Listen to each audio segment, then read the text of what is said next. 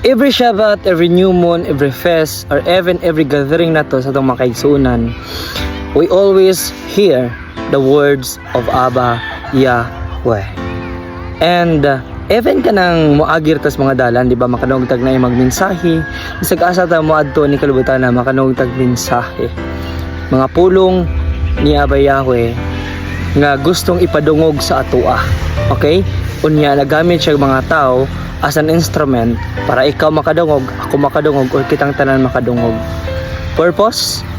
Aron mas mudasig patas pagpangalagad nga bisag naay mga pagsulay madagko og gagmay makalahutay ta og anaa po ipakita sa tuwa sa atong pagka-believer basin naapatay gustong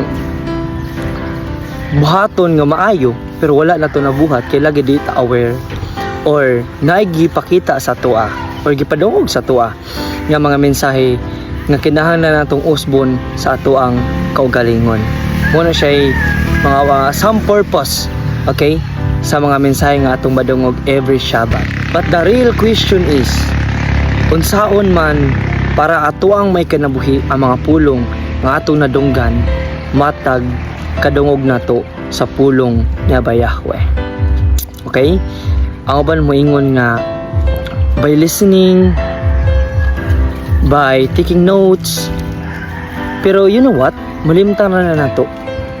Okay? Pero paano gid na nato may kinabuhi? Paano man na ma-instill sa tong kaugalingon? Okay? Mga igsonan, to be able nga ma-instill ang mga pulong nga atong madungog matag gatherings, we need to soften our hearts. Kinahanglan natong pahumuko ng ato ang kasing-kasing. Okay? Kay kung gahi ang atong kasing-kasing, kung pansay ang yuta o niya na kay gustong itanom dira, ang tanom dili kinamabuhi. Mga igsunan, ang atong kasing-kasing sa mas pansel nga yuta.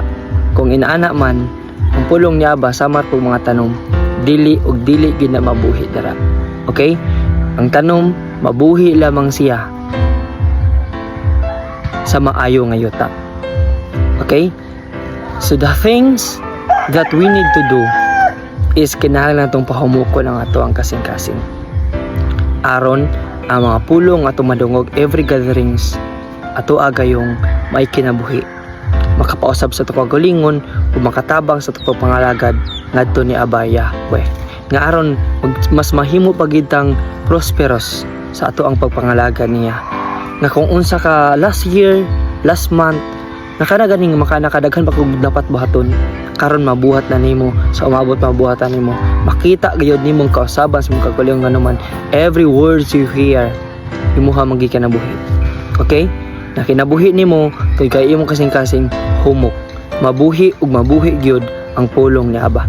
Pero kung gahi ato kasing-kasing may sonan, I tell you dili ug dili kina mabuhi. Okay? So if na feel ninyo nga ang mga pulong madungog niyo murag mula po sa speakers dunggan, then maybe ang inyong kasing-kasing gahi. Maybe lang. Try to check yourself. Okay? Kay usahay, moingon ra ta nga, ay okay raman, maayo raman. Pero sa mata ni Abba, daghan kayo kag walaunon, daghan kay kag kuhaunon sa inyong kasing-kasing. Okay? So kinahanglan ang matag usagyod na to mag-check sa tong kagalingon. And once man-check na to, ma-identify nga, okay, naaday ko'y dapat usbunon. Dapat pa din ako pahumukon gid mayo para ang mga pulong ako madungo, ako agi mo kinabuhi. Diha nga time mga igsonan. I will tell you nga matag words nga inyong badungog, mga pulong niya ba. Inyo hagyod ng masabtan ug may kinabuhi ninyo sa matagadlaw. Kita ta nato ng panikamutan mga igsonan aron nga magbalambuon ang atong pagpangagad ngadto ni Abba Yahweh. Shalom and hallelujah.